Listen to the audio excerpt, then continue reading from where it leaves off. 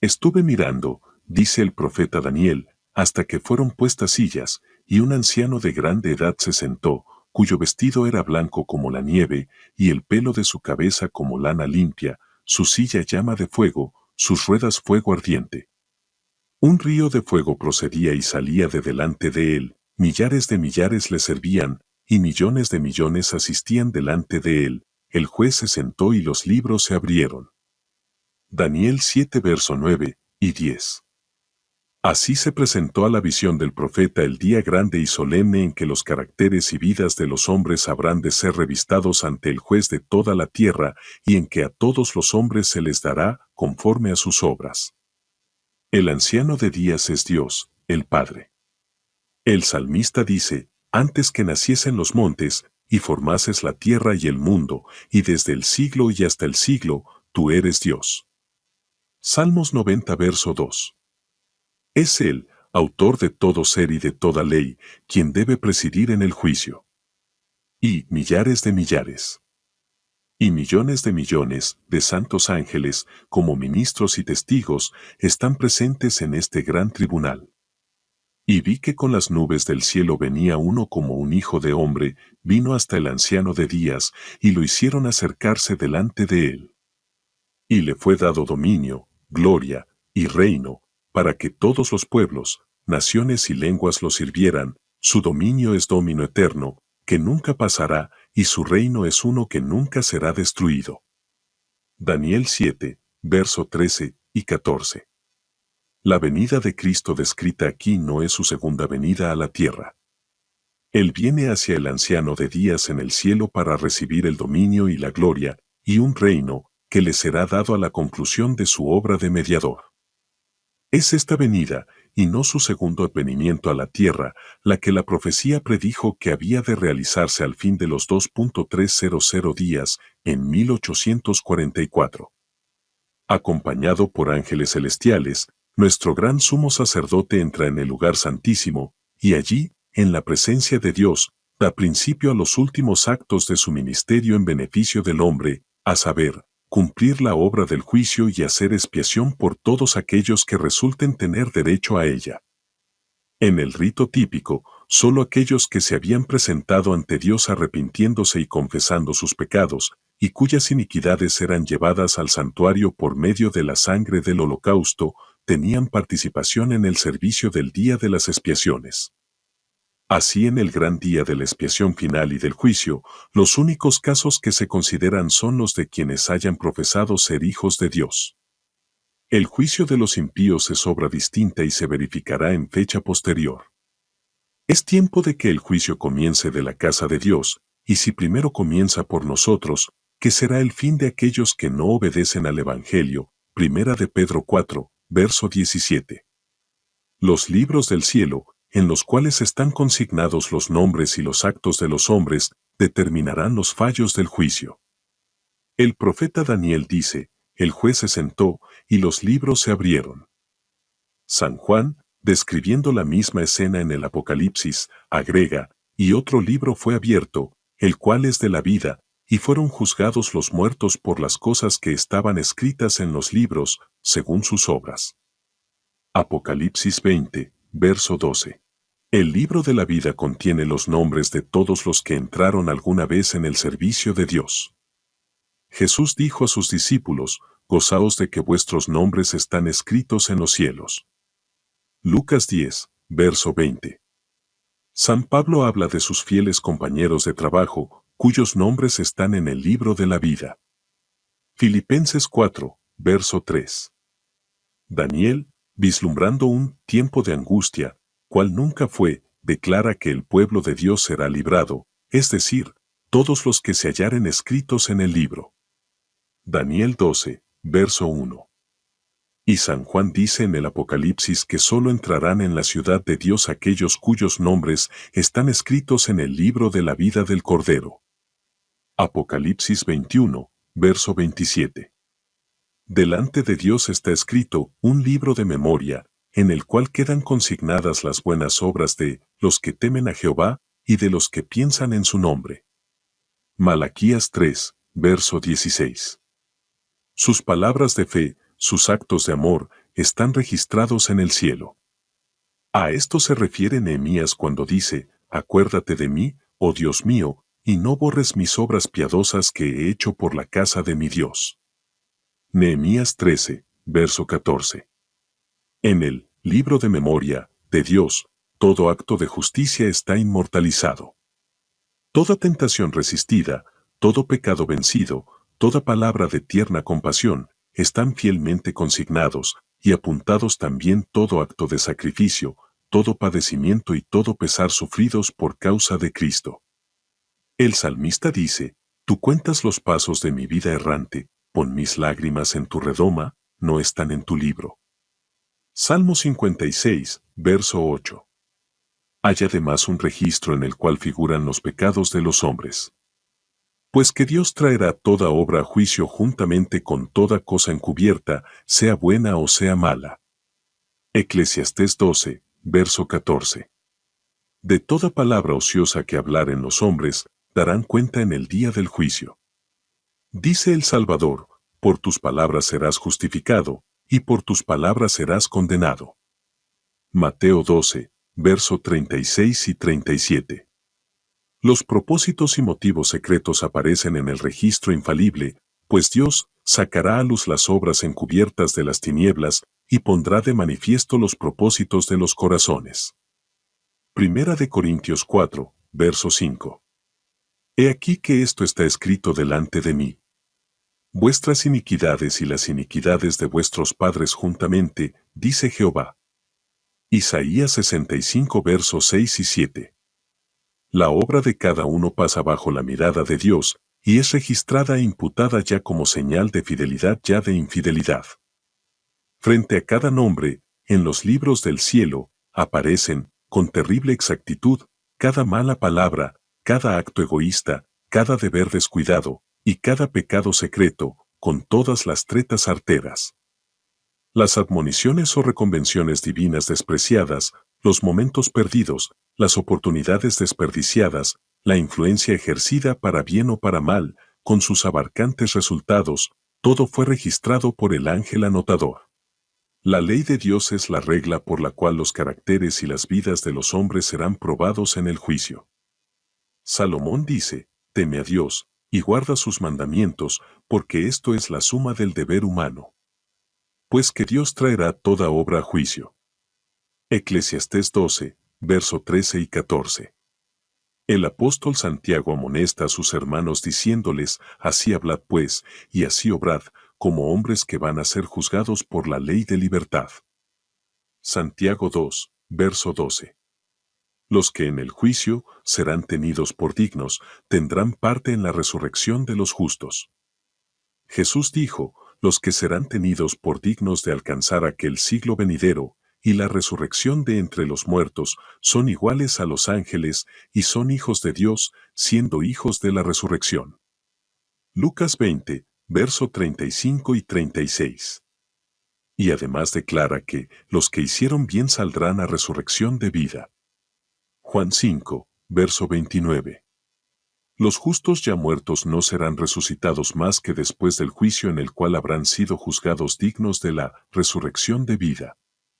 No estarán pues presentes en persona ante el tribunal cuando sus registros sean examinados y sus causas falladas. Jesús aparecerá como el abogado de ellos, para interceder en su favor ante Dios. Si alguno hubiere pecado, abogado tenemos para con el Padre, a saber Jesucristo el justo. Primera de Juan 2, verso 1. Porque no entró Cristo en un lugar santo hecho de mano, que es una mera representación del verdadero, sino en el cielo mismo, para presentarse ahora delante de Dios por nosotros. Por lo cual también, puede salvar hasta lo sumo a los que se acercan a Dios por medio de Él, viviendo siempre para interceder por ellos.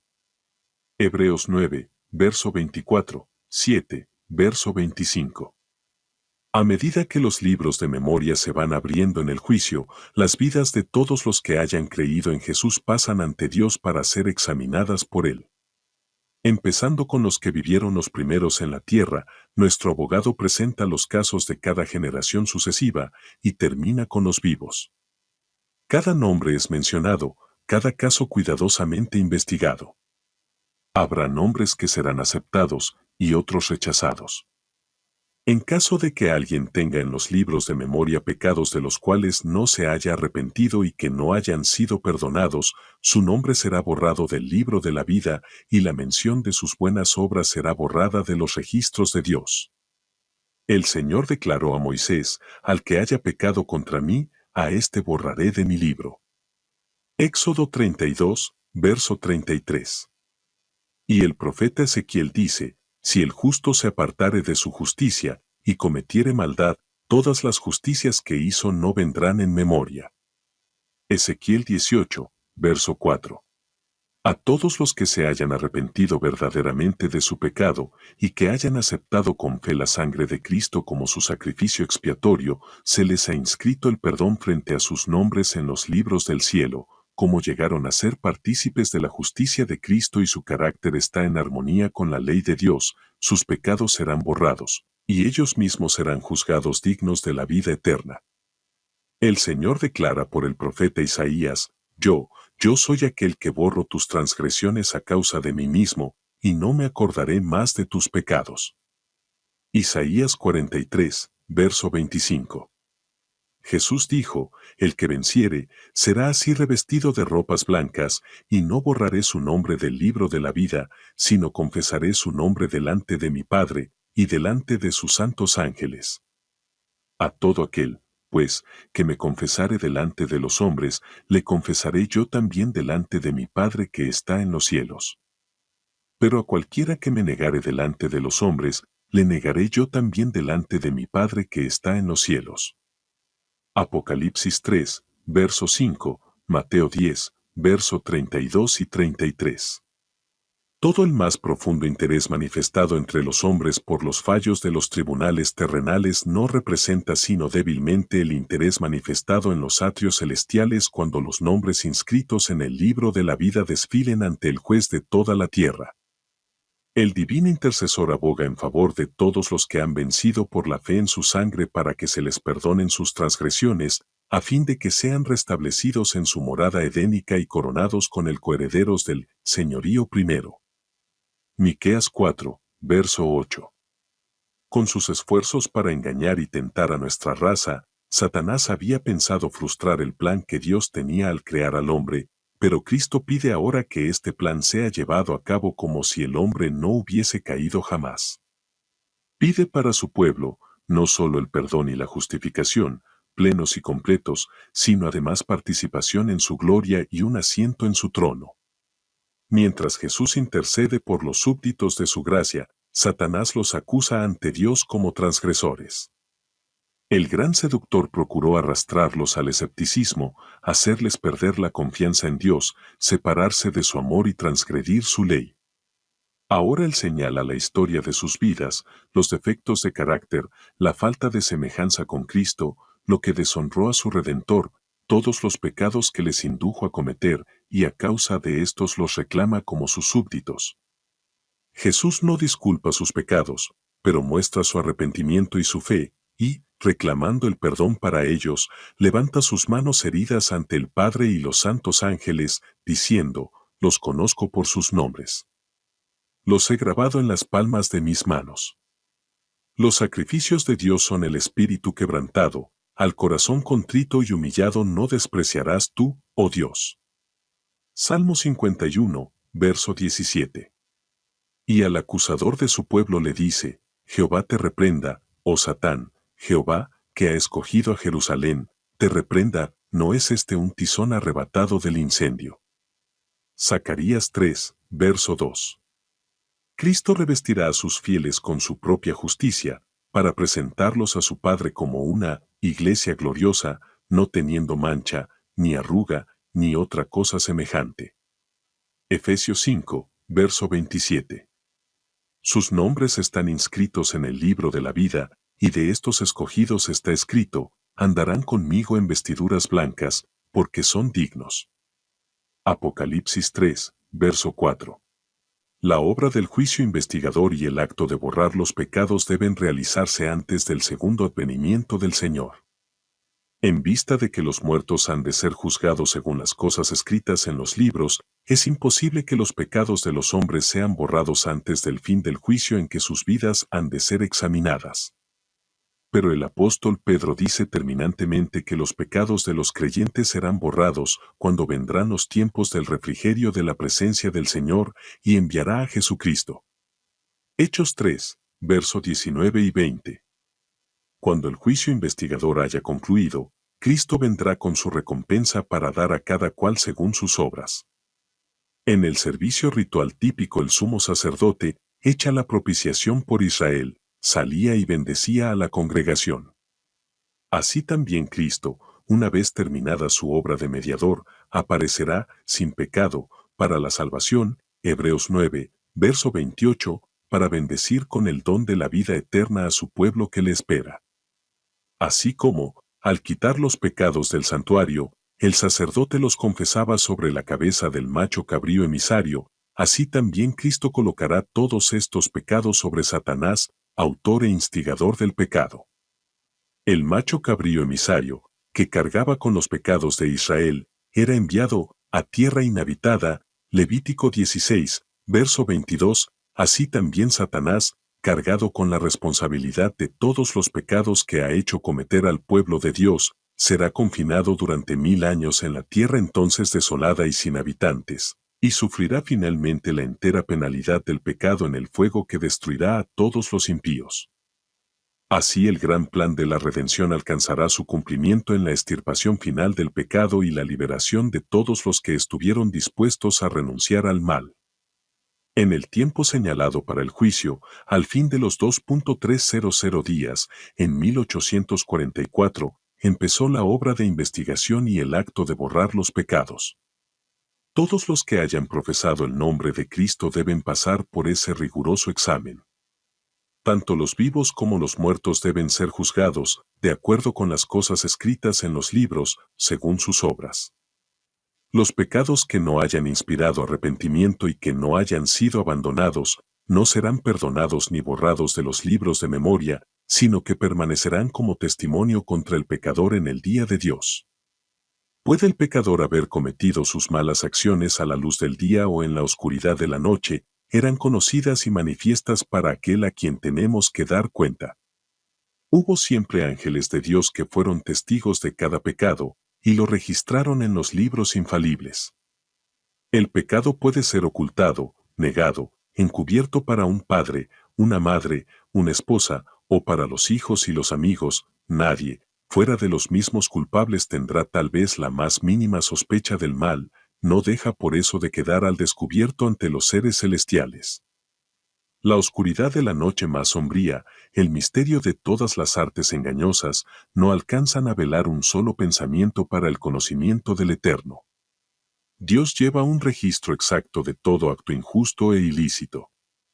No se deja engañar por una apariencia de piedad. No se equivoca en su apreciación del carácter. Los hombres pueden ser engañados por entes de corazón corrompido, pero Dios penetra todos los disfraces y lee la vida interior. ¡Qué pensamiento tan solemne! Cada día que transcurre lleva consigo su caudal de apuntes para los libros del cielo. Una palabra pronunciada, un acto cometido, no pueden ser jamás retirados. Los ángeles tomaron nota tanto de lo bueno como de lo malo. El más poderoso conquistador de este mundo no puede revocar el registro de un solo día siquiera.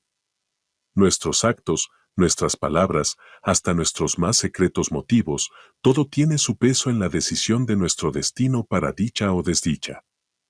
Podremos olvidarlos, pero no por eso dejarán de testificar en nuestro favor o contra nosotros. Así como los rasgos de la fisonomía son reproducidos con minuciosa exactitud sobre la pulida placa del artista, así también está el carácter fielmente delineado en los libros del cielo. No obstante, cuán poca preocupación se siente respecto a ese registro que debe ser examinado por los seres celestiales. Si se pudiese descorrer el velo que separa el mundo visible del invisible, y los hijos de los hombres pudiesen ver a un ángel apuntar cada palabra y cada acto que volverán a encontrar en el día del juicio, cuántas palabras de las que se pronuncian cada día no se dejarían de pronunciar, cuántos actos no se dejarían sin realizar. En el juicio se examinará el empleo que se haya hecho de cada talento. ¿Cómo hemos empleado el capital que el cielo nos concediera? A su venida, ¿recibirá el Señor lo que es suyo con interés? ¿Hemos perfeccionado las facultades que fueran confiadas a nuestras manos, a nuestros corazones y a nuestro cerebro para la gloria de Dios y provecho del mundo? ¿Cómo hemos empleado nuestro tiempo, nuestra pluma, nuestra voz, nuestro dinero, nuestra influencia? ¿Qué hemos hecho por Cristo en la persona de los pobres, de los afligidos, de los huérfanos o de las viudas? Dios nos hizo depositarios de su santa palabra, que hemos hecho con la luz y la verdad que se nos confió para hacer a los hombres sabios para la salvación. No se da ningún valor a una mera profesión de fe en Cristo, solo se tiene por genuino el amor que se muestra en las obras. Con todo, el amor es lo único que ante los ojos del cielo da valor a un acto cualquiera. Todo lo que se hace por amor, por insignificante que aparezca en opinión de los hombres, es aceptado y recompensado por Dios. El egoísmo escondido de los hombres aparece en los libros del cielo. Allí está el registro de los deberes que no cumplieron para con el prójimo, el desolvido de las exigencias del Señor. Allí se verá cuán a menudo fueron dados a Satanás tiempo, pensamientos y energías que pertenecían a Cristo. Harto tristes son los apuntes que los ángeles llevan al cielo. Seres inteligentes que profesan ser discípulos de Cristo están absorbidos por la adquisición de bienes mundanos o por el goce de los placeres terrenales. El dinero, el tiempo y las energías son sacrificados a la ostentación y al egoísmo, pero pocos son los momentos dedicados a orar, a estudiar las sagradas escrituras, a humillar el alma y a confesar los pecados. Satanás inventa innumerables medios de distraer nuestras mentes de la obra en que precisamente deberíamos estar más ocupados. El archiseductor aborrece las grandes verdades que hacen resaltar la importancia de un sacrificio expiatorio y de un mediador todopoderoso. Sabe que su éxito estriba en distraer las mentes de Jesús y de su obra. Los que desean participar de los beneficios de la mediación del Salvador no deben permitir que cosa alguna les impida cumplir su deber de perfeccionarse en la santificación en el temor de Dios. En vez de dedicar horas preciosas a los placeres, a la ostentación o a la búsqueda de ganancias, las consagrarán a un estudio serio y con oración de la palabra de verdad. El pueblo de Dios debería comprender claramente el asunto del santuario y del juicio investigador. Todos necesitan conocer por sí mismos el ministerio y la obra de su gran sumo sacerdote. De otro modo, les será imposible ejercitar la fe tan esencial en nuestros tiempos o desempeñar el puesto al que Dios los llama. Cada cual tiene un alma que salvar o que perder. Todos tienen una causa pendiente ante el tribunal de Dios. Cada cual deberá encontrarse cara a cara con el gran juez. Cuán importante es, pues, que cada uno contemple a menudo de antemano la solemne escena del juicio en sesión, cuando serán abiertos los libros, cuando con Daniel, cada cual tendrá que estar en pie al fin de los días. Todos los que han recibido la luz sobre estos asuntos deben dar testimonio de las grandes verdades que Dios les ha confiado. El santuario en el cielo es el centro mismo de la obra de Cristo en favor de los hombres. Concierne a toda alma que vive en la tierra. Nos revela el plan de la redención, nos conduce hasta el fin mismo del tiempo y anuncia el triunfo final de la lucha entre la justicia y el pecado. Es de la mayor importancia que todos investiguen a fondo estos asuntos y que estén siempre prontos a dar respuesta a todo aquel que les pidiere razón de la esperanza que hay en ellos. La intercesión de Cristo por el hombre en el santuario celestial es tan esencial para el plan de la salvación como lo fue su muerte en la cruz. Con su muerte dio principio a aquella obra para cuya conclusión ascendió al cielo después de su resurrección. Por la fe debemos entrar velo adentro, donde entró por nosotros como precursor Jesús. Hebreos 6, verso 20. Allí se refleja la luz de la cruz del Calvario, y allí podemos obtener una comprensión más clara de los misterios de la redención. La salvación del hombre se cumple a un precio infinito para el cielo. El sacrificio hecho corresponde a las más amplias exigencias de la ley de Dios quebrantada. Jesús abrió el camino que lleva al trono del Padre, y por su mediación pueden ser presentados ante Dios los deseos sinceros de todos los que a Él se allegan con fe. El que encubre sus transgresiones, no prosperará, mas el que las confiesa y las abandona, alcanzará misericordia. Proverbios 28, verso 13. Si los que esconden y disculpan sus faltas pudiesen ver cómo Satanás se alegra de ello, y los usa para desafiar a Cristo y sus santos ángeles, se apresurarían a confesar sus pecados y a renunciar a ellos. De los defectos de carácter se vale Satanás para intentar dominar toda la mente, y sabe muy bien que si se conservan estos defectos, lo logrará. De ahí que trate constantemente de engañar a los discípulos de Cristo con su fatal sofisma de que les es imposible vencer. Pero Jesús aboga en su favor con sus manos heridas, su cuerpo quebrantado, y declara a todos los que quieran seguirle: bástate mi gracia. Segunda de Corintios 12, verso 9. Llevad mi yugo sobre vosotros, y aprended de mí, que soy manso y humilde de corazón, y hallaréis descanso para vuestras almas. Porque mi yugo es fácil, y ligera mi carga. Mateo 11, verso 29 y 30. Nadie considere, pues, sus defectos como incurables. Dios concederá fe y gracia para vencerlos. Estamos viviendo ahora en el gran día de la expiación. Cuando en el servicio simbólico el sumo sacerdote hacía la propiciación por Israel, todos debían afligir sus almas arrepintiéndose de sus pecados y humillándose ante el Señor, si no querían verse separados del pueblo. De la misma manera, todos los que desean que sus nombres sean conservados en el libro de la vida, deben ahora, en los pocos días que les quedan de este tiempo de gracia, afligir sus almas ante Dios con verdadero arrepentimiento y dolor por sus pecados. Hay que escudriñar honda y sinceramente el corazón. Hay que deponer el espíritu liviano y frívolo al que se entregan tantos cristianos de profesión. Empeñada lucha espera a todos aquellos que quieran subyugar las malas inclinaciones que tratan de dominarlos. La obra de preparación es obra individual. No somos salvados en grupos. La pureza y la devoción de uno no suplirá la falta de estas cualidades en otro. Si bien todas las naciones deben pasar en juicio ante Dios, sin embargo Él examinará el caso de cada individuo de un modo tan rígido y minucioso como si no hubiese otro ser en la tierra. Cada cual tiene que ser probado y encontrado sin mancha, ni arruga, ni cosa semejante.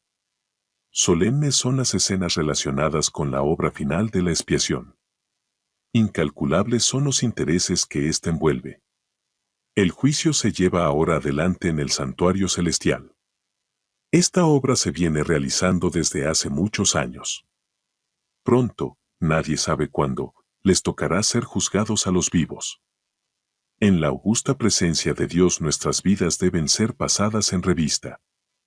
En este más que en cualquier otro tiempo conviene que toda alma preste atención a la amonestación del Señor: velad y orad, porque no sabéis cuándo será el tiempo. Y si no velares, vendré a ti como ladrón, y no sabrás en qué hora vendré a ti. Marcos 13, verso 33, Apocalipsis 3, verso 3. Cuando quede concluida la obra del juicio investigador, quedará también decidida la suerte de todos para vida o para muerte. El tiempo de gracia terminará poco antes de que el Señor aparezca en las nubes del cielo. Al mirar hacia ese tiempo, Cristo declara en el Apocalipsis: el que es injusto, sea injusto aún, y el que es sucio, sea sucio aún, y el que es justo, sea justo aún, y el que es santo, sea aún santo. He aquí, yo vengo presto, y mi galardón está conmigo, para dar la recompensa a cada uno según sea su obra. Apocalipsis 22, verso 11 y 12. Los justos y los impíos continuarán viviendo en la tierra en su estado mortal, los hombres seguirán plantando y edificando, comiendo y bebiendo, inconscientes todos ellos de que la decisión final e irrevocable ha sido pronunciada en el santuario celestial. Antes del diluvio, después que Noé hubo entrado en el arca, Dios le encerró en ella, dejando fuera a los impíos, pero por espacio de 7 días el pueblo, no sabiendo que su suerte estaba decidida, continuó en su indiferente búsqueda de placeres y se mofó de las advertencias del juicio que le amenazaba. Así, dice el Salvador, será también la venida del Hijo del Hombre. Mateo 24, verso 39. Inadvertida como ladrón a medianoche, llegará la hora decisiva que fija el destino de cada uno, cuando será retirado definitivamente el ofrecimiento de la gracia que se dirigiera a los culpables. Velad pues, no sea que viniendo de repente, os halle dormidos. Marcos 13, verso 35 y 36. Peligroso es el estado de aquellos que, cansados de velar, se vuelven a los atractivos del mundo. Mientras que el hombre de negocios está absorto en el afán de lucro, mientras el amigo de los placeres corre tras ellos, mientras la esclava de la moda está ataviándose, puede llegar el momento en que el juez de toda la tierra pronuncie la sentencia: has sido pesado en la balanza y has sido hallado falto. Daniel 5, verso 27.